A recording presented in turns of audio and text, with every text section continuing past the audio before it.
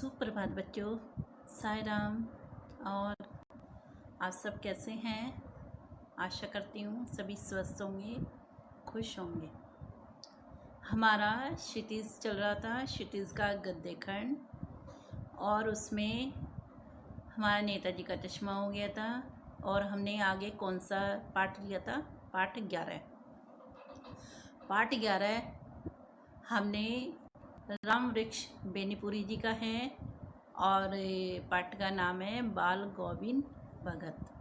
ठीक है, इस तरह आज का हमारा उपविषय क्या है? गद्य खंड जो है क्षितिज से है। प्रकरण हमारा क्या है? बाल गोविंद भगत, और लेखक का नाम राम वृक्ष बेनीपुरी जी। ठीक है, आइए पाठ की ओर चलते हैं। हम सब ने बाल गोविंद भगत के बारे में काफ़ी कुछ जाना है। इसमें हमने क्या क्या जाना बाल गोविंद भगत जी के बारे में? कि वे एक मध्यम कद के, मंझोले मध्यम कद होता है, ना ज़्यादा छोटा ना ज़्यादा बड़ा, मध्यम कद के थे और गोरे चिट्टे आदमी थे। वे ऐसे लगते थे जैसे 60 साल से ऊपर के हों। उनके बाल सफ़ेद हो गए थे, दाढ़ी भी उनकी लंबी थी और उनका चेहरा सफ़ेद बालों से जगमग किए रहता था। वे कपड़े बहुत कम पहनते थे, कमर पे लंगोटी मात्र होती थी और सिर पर एक कबीरपंथियों की सी कनफटी टोपी। सिर पर वे रामानंदी चंदन का तिलक लगाते थे और ऊपर से वे केवल एक कंबल ही ओढ़े रहते थे। ठीक है, और गले में उनके तुलसी माला रहती थी। वैसे तो वे साधु लगते थे, लेकिन उनका गृहस्थ जीवन भी था। उनका मुख्य व्यवसाय क्या था? खेती बाड़ी था। ठीक है, जो उनको साधु क्यों कहा जाता था? क्योंकि साधु की तरह वे रहते थे, ना कि इससे ज़्यादा बातें करते थे, ना कि इससे ज़्यादा झगड़ते थे। बिन बात कोई झगड़ा नहीं लेते थे और वे झगड़े से बहुत दूर रहते थे। किसी से बिना पूछे कोई चीज़ भी नहीं प्रयोग करते थे और नहीं लेते थे, और वे एक साधारण व्यक्ति थे। आगे देखेंगे कि लेकिन उसमें एक विशेष बात ये थी कि वे गायन शैली भी जानते थे। उनकी गायन की जो ये प्रतिभा है, उनको एक विशेष व्यक्ति के रूप में मानती है। वे अपने कबीर के पद गाते हैं, कबीर को अपना साहब मानते हैं, उनको ही अपना आदर्श मानते हैं। वे कबीरदास जी की तरीके से ही रहते थे। जब भी खेतीबाड़ी में कुछ भी होता था तो वे सबसे पहले कबीर के दरबार में ही देकर आते थे और वहाँ से प्रसाद में जो कुछ मिलता था उससे अपनी जीविका चलाते थे। तो इस प्रकार से कबीर को वे अपना सब कुछ मानते थे और उन्हीं के तरीके से ही रहना वे पसंद करते थे। इसलिए वे पहनावे से और काम के तरीके से, रहन सहन से वे एक साधु कहलाते थे। वैसे तो वे गृहस्थ थे, लेकिन वे इन सब चीज़ों से साधु कहलाते थे। ठीक है, हमने कहाँ तक पढ़ा था? हमने आगे पढ़ लिया था, यहाँ से ये हो गया था हमारा। अब यहाँ से पढ़ते हैं। कार्तिक आया नहीं, तो इसमें कार्तिक मास का वर्णन है। अब हमने आषाढ़ का वर्णन देखा, उसमें भादों का देखा। अब कार्तिक आया है। कार्तिक आया नहीं कि बाल गोविंद भगत की प्रभातियाँ शुरू हो गई। प्रभातियाँ किसको कहते हैं? सुबह सुबह जो भजन कीर्तन करते हुए जुलूस निकालते हैं ना, उससे प्रभातियाँ बोलते हैं, जो फागुन तक चलती है। तो जब फागुन आता है उस समय तक ये प्रभातियाँ निकलती हैं। तो बाल गोविंद भगत जी ये सब करते थे। फिर आगे न जाने किस वक्त जगकर वह नदी स्नान को जाते, गांव से 2 मील दूर।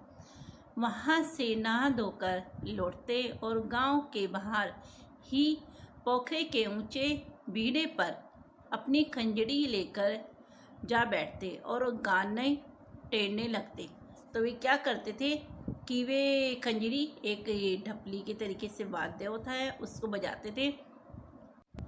लेखक कहता है, मैं शुरू से ही देर तक सोने वाला हूँ, किंतु एक दिन माँ की उस दांत किटकिटाने वाली भोर में भी उनका संगीत मुझे पोखरे पर ले गया था। अभी आसमान के तारों के दीपक बुझे नहीं थे। हाँ, पूरब में लोई लग गई थी, जिसकी लालिमा को शुक्र तारा और बढ़ा रहा था। खेत, बगीचा, घर, सब पर कुहासा छा रहा था। कुहासा बोलते हैं कोहरे को। सारा वातावरण अजीब रहस्य से आवृत मालूम पड़ता था। उस रहस्यमय वातावरण में एक कुश की चटाई पर पूरब मुंह काली कमली ओढ़े बाल गोविंद भगत अपनी खंजरी लिए बैठे थे। उनके मुंह से शब्दों का तांता लगा था।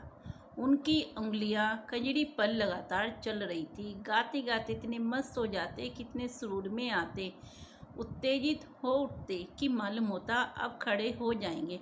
मतलब है कि जब बाल गोविंद भगत जी गाते थे तो वे इतने लीन हो जाते भक्ति में कि उनको मालूम नहीं होता, उनको सर्दी भी नहीं लगती और शब्द उनके मुंह से निकलते रहते थे। कमली तो बार बार सिर से नीचे सरक जाती। मैं जाड़ से कपकपा रहा था, किंतु तारे की छाँव में भी उनके मस्तक पर श्रम बिंदु जब तक चमक ही पड़ते। बताए कि वे जब गाते तो उन्हें पसीना आता था, तो उनके जो माथे पर चमक आने लगती पसीने से। गर्मियों में उनकी संध्या कितनी उमस भरी शाम को न शीतल करती। अपने घर के आंगन में आसन जमा बैठते। गांव के उनके कुछ प्रेमी भी जुट जाते। मतलब कि जो गांव के भजन में रुचि लेने वाले हैं, जो उनके प्रेमी हैं, वे भी उनके पास आकर बैठ जाते थे। खंजरिया और करतालों की भरमार हो जाती। एक पद बाल गोविंद भगत जी का कह जाते, उनके प्रेमी मंडली उसे दोहराते तिहराते। मतलब कि जब वे गाते थे तो उसके साथ साथ जो उनके वह प्रेमी हैं, प्रिय व्यक्ति हैं, वे भी उनके साथ उनको दोहराते थे। धीरे धीरे स्वर ऊंचा होने लगता। एक निश्चित ताल, एक निश्चित गति। उस ताल स्वर के चढ़ाव के साथ श्रोताओं के मन भी ऊपर उठने लगते। श्रोता बोलते हैं सुनने वाले को। उनका भी मन एकदम से गाने लगता था और वे भी गाने उनके साथ गुनगुनाने लगते थे। धीरे धीरे मन तन पर हावी हो जाता। होते होते एक क्षण ऐसा आता कि बीच में खंजरी लिए बाल गोविंद भगत नाच रहे हैं। मतलब ये इतने लीन हो जाते थे कि वो साथ में क्या करते, जब भजन गाते थे ना, साथ में नाचने भी लगते थे और उनके साथ ही सबके तन और मन नृत्यशील हो उठते और उनको देखकर सब एकदम से नाचने लगते। उनका भी मन नाचने को करने लगता। सारा आंगन नृत्य और संगीत से ओतप्रोत हो जाता। बाल गोविंद भगत का संगीत साधना का चरम उत्कर्ष उस दिन देखा गया जिस दिन उनका बेटा मरा।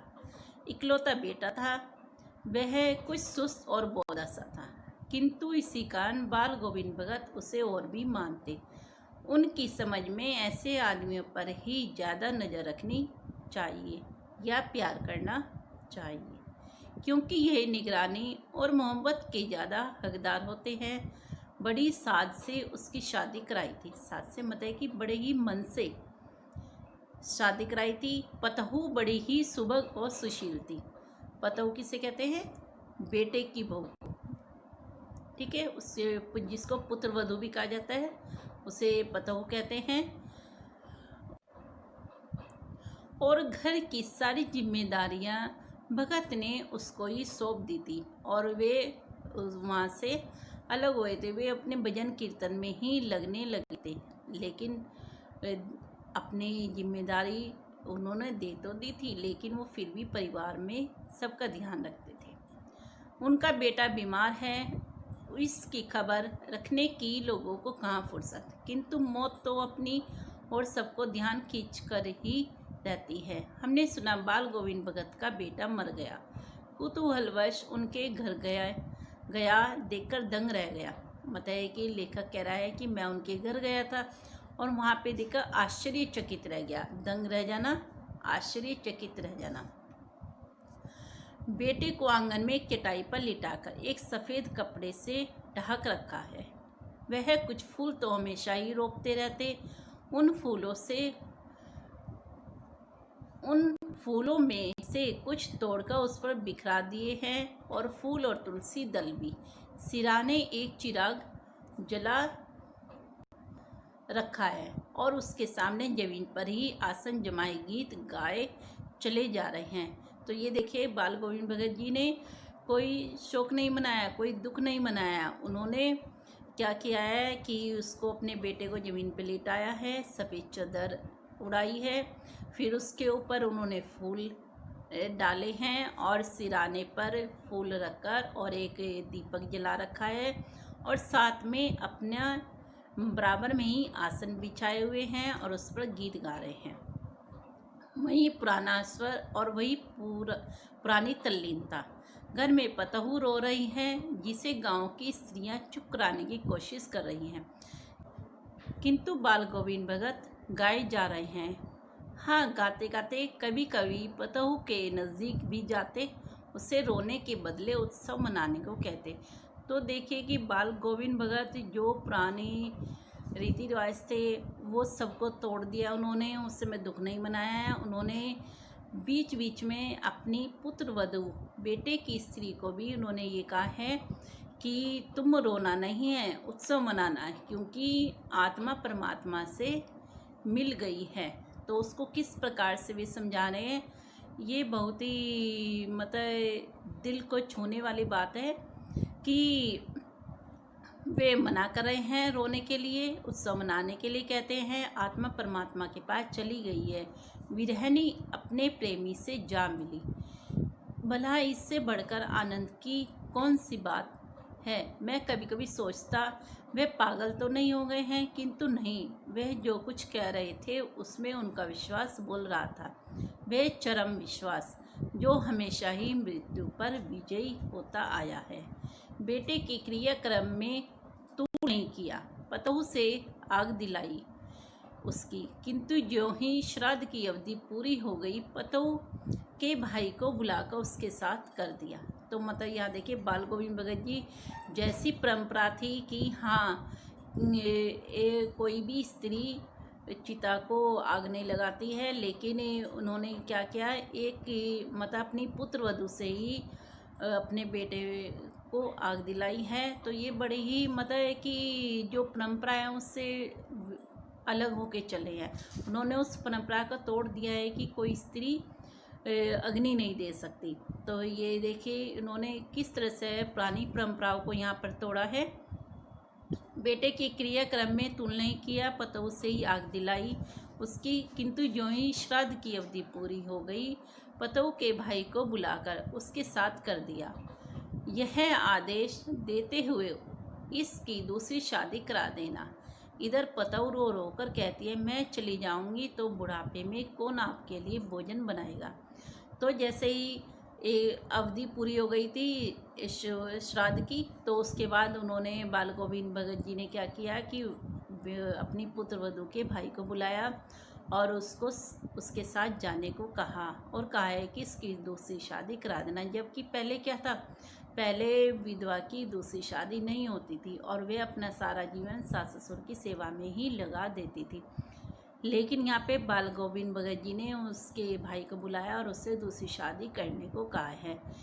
लेकिन वो भी अपने संस्कारी बहू थी, उसने भी अपने भाई के साथ जाने से मना कर दिया है। तो देखते हैं कि उसने, पुत्रवधू ने क्या कहा। वह रो रो कर कहती है, मैं चली जाऊंगी, बुढ़ापे में कौन आपके लिए भोजन बनाएगा, बीमार पड़े तो कौन एक चुल्लू पानी भी देगा। मैं पैर पड़ती हूँ, मुझे अपने चरणों से अलग नहीं कीजिएगा। लेकिन भगत का निर्णय अटल था, तू जा, नहीं तो मैं इस घर को छोड़कर चल दूंगा। यह थी उनकी आखिरी दलील और इस दलील के आगे बेचारी की क्या चलती। बाल गोविंद भगत की मौत उन्हीं के अनुरूप हुई। वह हर वर्ष गंगा स्नान करने जाते, स्नान पर उतनी आस्था नहीं रखते जितना संत समागम और लोक दर्शन पर। पैदल ही जाते। करीब 30 कोस पर गंगा थी। साधु को संबल लेने का क्या हक, और गृहस्थ किसी से भिक्षा क्यों मांगे। अतः घर से खाकर जाते तो फिर घर पर ही लौटकर खाते। रास्ते पर खंजरी बजाते गाते, जहाँ प्यास लगती पानी पी लेते। 4-5 दिन आने जाने में लगते, किंतु इस लंबे उपवास में भी वही मस्ती। अब बुढ़ापा आ गया था, किंतु टेक वही जवानी वाली। इस बार लौटे तो तबीयत कुछ सुस्त थी। खाने पीने के बाद भी तबीयत नहीं सुधरी। थोड़ा बुखार आने लगा, किंतु नेम व्रत तो छोड़ने वाले नहीं थे। वही दोनों जून गीत, स्नान, ध्यान, दोनों जून होता है दोनों समय, ठीक है। स्नान, ध्यान, खेती बाड़ी दिन दिन छिजने बीतने लगे। लोगों ने नहाने धोने से मना किया तो वे आराम करने को कहा, किंतु हंसकर टाल देते रहे। उस दिन संध्या में गीत गाए, किंतु मालूम होता जैसे तागा टूट गया हो। माला का एक एक दाना बिखरा हुआ। भोर में लोगों ने गीत नहीं सुना। जाकर देखा, बाल गोविंद भगत नहीं रहे, सिर्फ उनका पंजर पड़ा है। तो यहाँ पे देखिए कि उन्होंने अपना जो दिनचर्या थी उसमें कोई भी परिवर्तन नहीं किया है। वो जिस तरह से रहे उस तरह से अपना काम करते रहे। सुबह उठ के स्नान करना है, दूर तक, फिर सुबह भजन कीर्तन गाने हैं। वे बीच में बाहर भी जाते थे तो बाहर का कुछ नहीं खाते थे, घर से खाकर जाते और घर पर ही आकर खाते थे। लेकिन जैसे वे सुबह ही भजन गाते थे तो सुबह के समय जब भजन सुनकर ही जो गांव के लोग थे वे उठते थे। और जब एक बार उन्होंने देखा कि भजन की कोई भी आवाज़ नहीं आ रही है तो सभी लोगों ने जाकर देखा तो वहाँ पर घर में उनका बाल गोविंद भगत जी नहीं थे, उनका केवल पंजर पड़ा था। पंजर की शरीर था, आत्मा जा चुकी थी। इस प्रकार से देखिए किस प्रकार से बाल गोविंद भगत जी ने अपना संपूर्ण जीवन एक भजन कीर्तन और इन सब चीज़ों में ही बिताया है। उन्हें कभी भी किसी भी परेशानी ने परेशान नहीं किया है, वे कभी मन को विचलित नहीं किया है। कोई भी समस्या आई बड़ी शांति से उसका निवारण किया है इन्होंने। इस प्रकार से उनका अंत हो गया है। किस प्रकार शांति से भजन गाते गाते वे परलोक सिधार गए हैं। ठीक है, आपको ये समझ में आया है। अब इसके प्रश्न देखेंगे और इसको अपने उत्तर पुस्तिका में करेंगे। ठीक है, धन्यवाद। साईं राम।